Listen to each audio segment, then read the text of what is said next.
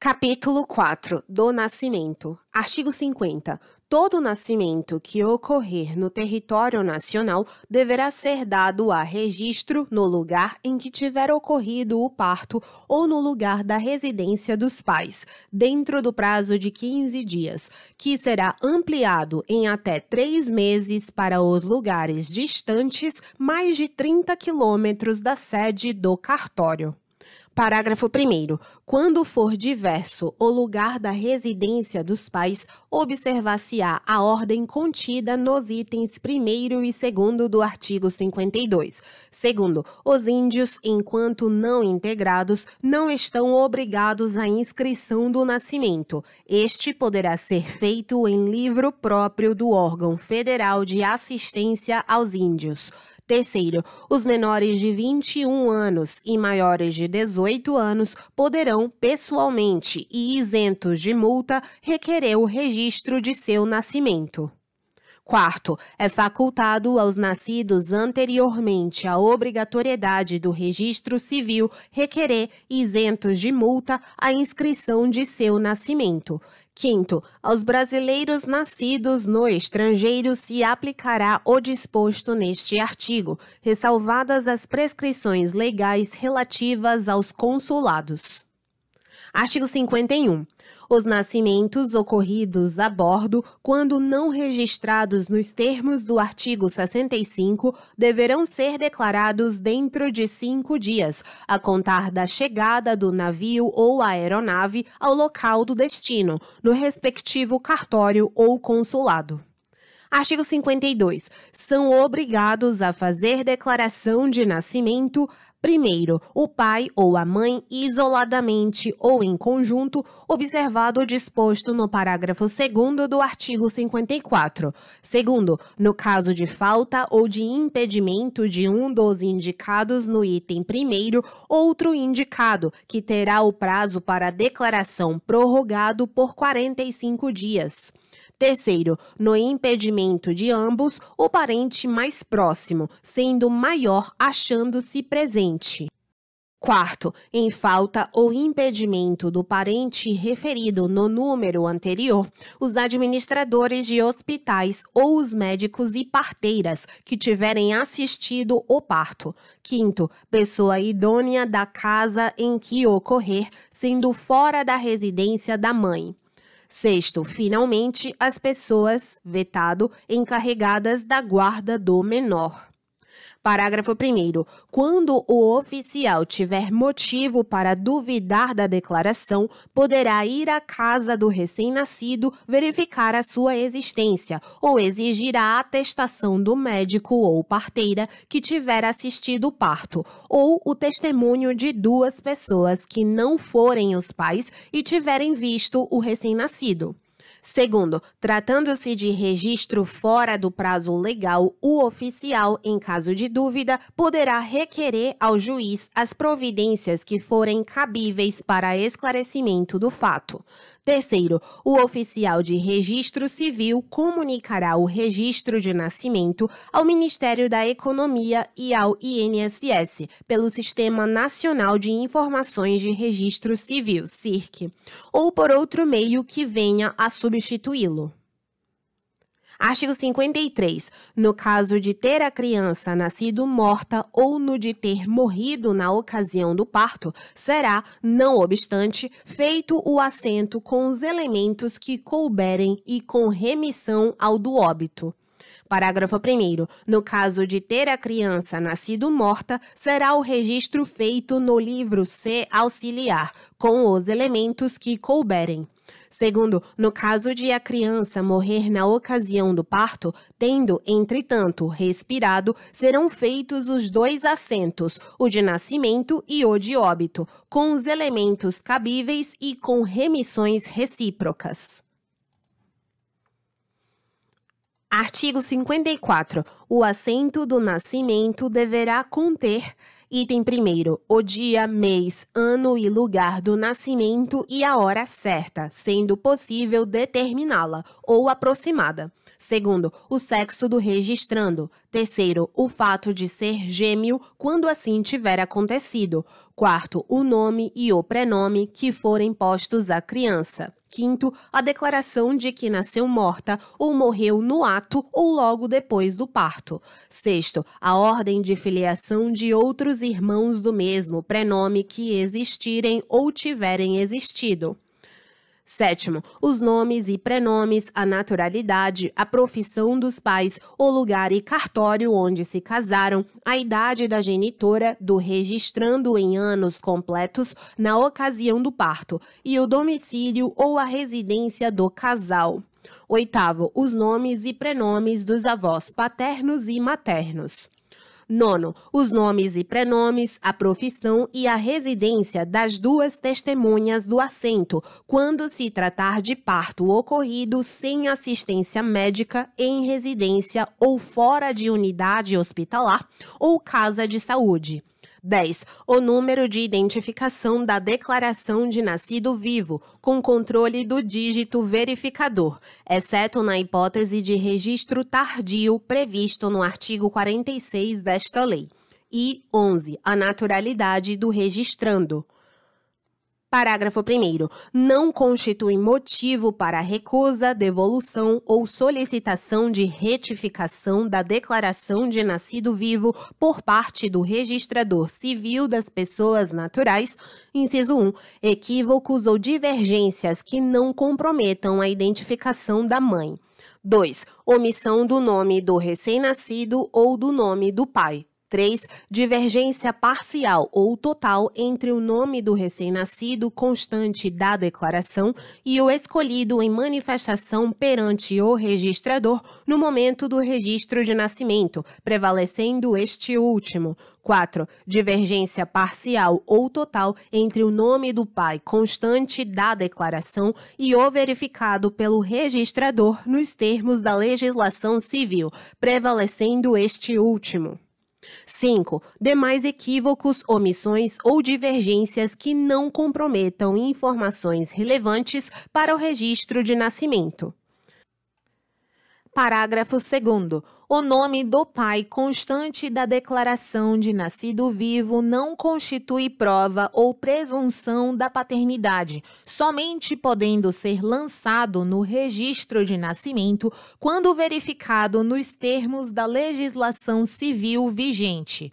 Terceiro, dos nascimentos frutos de partos sem assistência de profissionais da saúde ou parteiras tradicionais, a declaração de nascido vivo será emitida pelos oficiais de registro civil que lavrarem o registro de nascimento, sempre que haja demanda das secretarias estaduais ou municipais de saúde para que realizem tais emissões. Quarto, a naturalidade poderá ser do município em que ocorreu o nascimento ou do município de residência da mãe do registrando na data do nascimento, desde que localizado em território nacional, e a opção caberá ao declarante no ato de registro do nascimento. Quinto, o oficial de registro civil de pessoas naturais do município poderá, mediante convênio e desde que não prejudique o regular funcionamento da serventia, instalar unidade interligada em estabelecimento público ou privado de saúde para recepção e remessa de dados, lavratura do registro de nascimento e emissão da respectiva certidão. Artigo 55. Toda pessoa tem direito ao nome, nele compreendidos o prenome e o sobrenome, observado que, ao prenome, serão acrescidos os sobrenomes dos genitores ou de seus ascendentes, em qualquer ordem, e, na hipótese de acréscimo de sobrenome de ascendente que não conste das certidões apresentadas, deverão ser apresentadas as certidões necessárias para comprovar a linha ascendente. Parágrafo 1º. O oficial de registro civil não registrará prenomes suscetíveis de expor ao ridículo os seus portadores, observado que, quando os genitores não se conformarem com a recusa do oficial, este submeterá por escrito o caso à decisão do juiz competente, independentemente da cobrança de quaisquer emolumentos. Segundo, quando o declarante não indicar o nome completo, o oficial de registro lançará adiante do prenome escolhido ao menos um sobrenome de cada um dos genitores, na ordem que julgar mais conveniente para evitar homonímias. Terceiro, o oficial de registro orientará os pais acerca da conveniência de acrescer sobrenomes, a fim de se evitar prejuízos à pessoa em razão da homonímia. Quarto, em até 15 dias após o registro, qualquer dos genitores poderá apresentar perante o registro civil onde foi lavrado o assento de nascimento, oposição fundamentada ao prenome e sobrenomes indicados pelo declarante, observado que, se houver manifestação consensual dos genitores, será realizado o procedimento de retificação administrativa do registro, mas, se não houver consenso, a oposição será encaminhada ao juiz competente para a decisão. Artigo 56. A pessoa registrada poderá, após ter atingido a maioridade civil, requerer pessoalmente e imotivadamente a alteração de seu prenome, independentemente de decisão judicial, e a alteração será averbada e publicada em meio eletrônico. Parágrafo 1º. A alteração imotivada de prenome poderá ser feita na via extrajudicial apenas uma vez, e sua desconstituição dependerá de sentença judicial.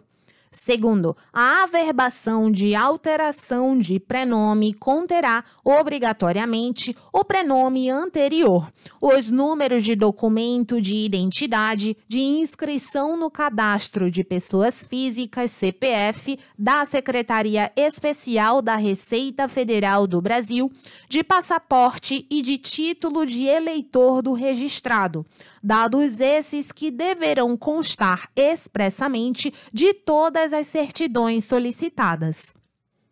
Terceiro, finalizado o procedimento de alteração no assento, o ofício de registro civil de pessoas naturais, no qual se processou a alteração, a expensas do requerente, comunicará o ato oficialmente aos órgãos expedidores do documento de identidade, do CPF e do passaporte, bem como ao Tribunal Superior Eleitoral, preferencialmente por meio eletrônico.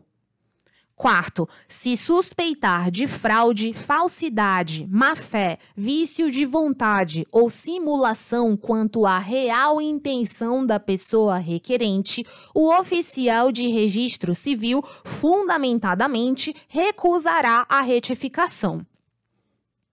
Artigo 57. A alteração posterior de sobrenomes poderá ser requerida pessoalmente perante o oficial de registro civil, com a apresentação de certidões e de documentos necessários, e será averbada nos assentos de nascimento e casamento, independentemente de autorização judicial, a fim de, inciso 1, inclusão de sobrenomes familiares. 2. Inclusão ou exclusão de sobrenome do cônjuge na constância do casamento.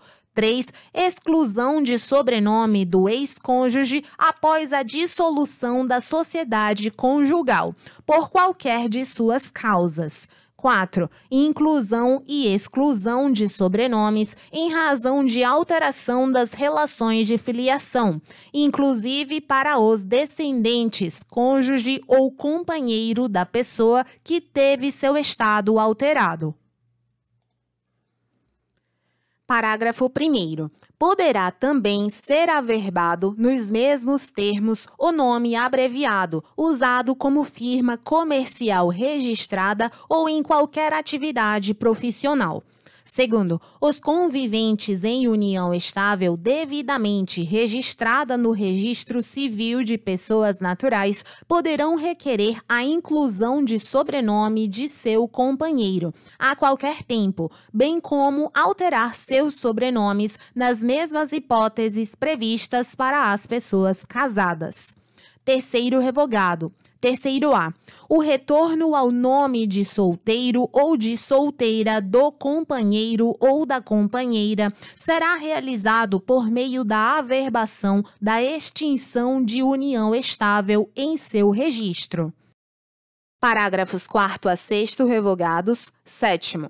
Quando a alteração de nome for concedida em razão de fundada coação ou ameaça decorrente de colaboração com a apuração de crime, o juiz competente determinará que haja a averbação no registro de origem de menção da existência de sentença concessiva da alteração, sem a averbação do nome alterado, que somente poderá ser procedida mediante determinação posterior, que levará em consideração a cessação da coação ou ameaça que deu causa à alteração.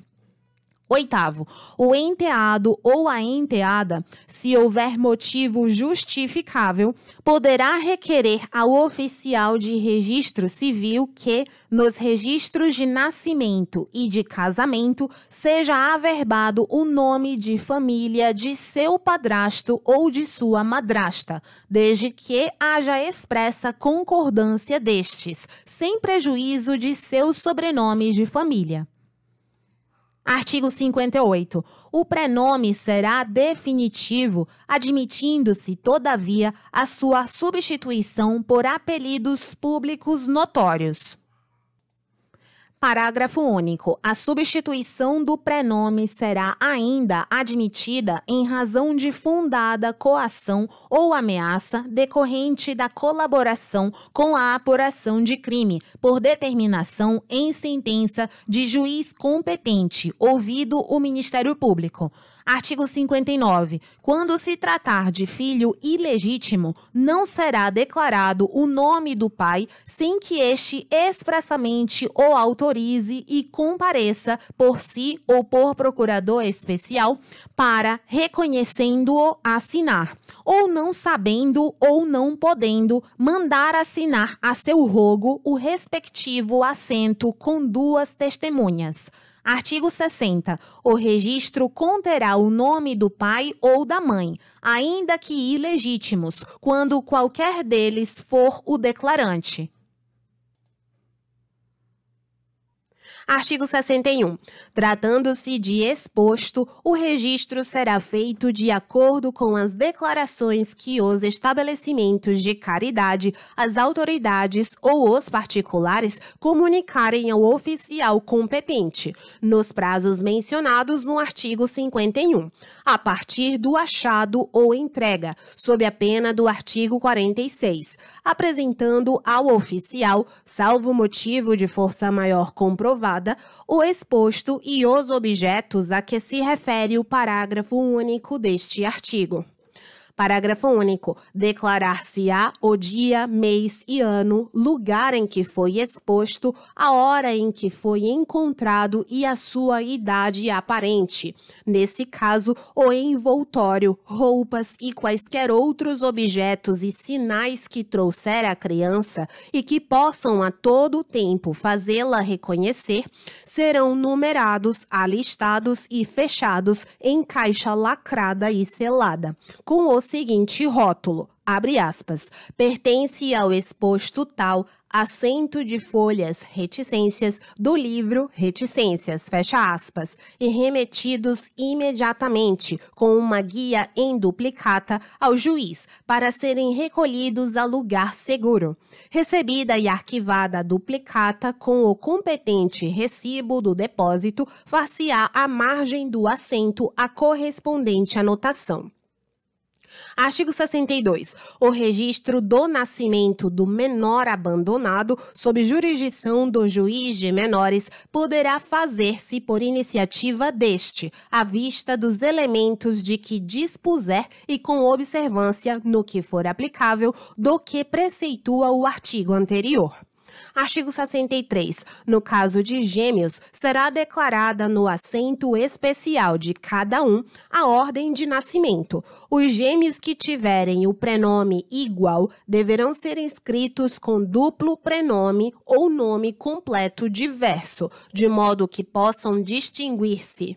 Parágrafo único. Também serão obrigados a duplo prenome ou a nome completo diverso os irmãos a que se pretender dar o mesmo prenome. Artigo 64. Os assentos de nascimento em navio brasileiro mercante ou de guerra serão lavrados logo que o fato se verificar, pelo modo estabelecido na legislação de marinha, devendo, porém, observar-se as disposições da presente lei. Artigo 65. No primeiro porto a que se chegar, o comandante depositará imediatamente na capitania do porto ou, em sua falta, na estação fiscal ou ainda no consulado, em se tratando de porto estrangeiro, 2 cópias autenticadas nos assentos referidos no artigo anterior, uma das quais será remetida, por intermédio do Ministério da Justiça, ao oficial do registro, para o registro, no lugar de residência dos pais ou, se não for possível descobri-lo, no primeiro ofício do Distrito Federal. Uma terceira cópia será entregue pelo comandante ao interessado, que, após conferência na capitania do porto, por ela poderá também promover o registro no cartório competente. Parágrafo único. Os nascimentos ocorridos a bordo de quaisquer aeronaves ou de navio estrangeiro poderão ser dados a registro pelos pais brasileiros no cartório ou consulado do local do desembarque. Artigo 66. Pode ser tomado assento de nascimento de filho de militar ou assemelhado em livro criado pela administração militar, mediante declaração feita pelo interessado ou remetido pelo comandante da unidade, quando em campanha.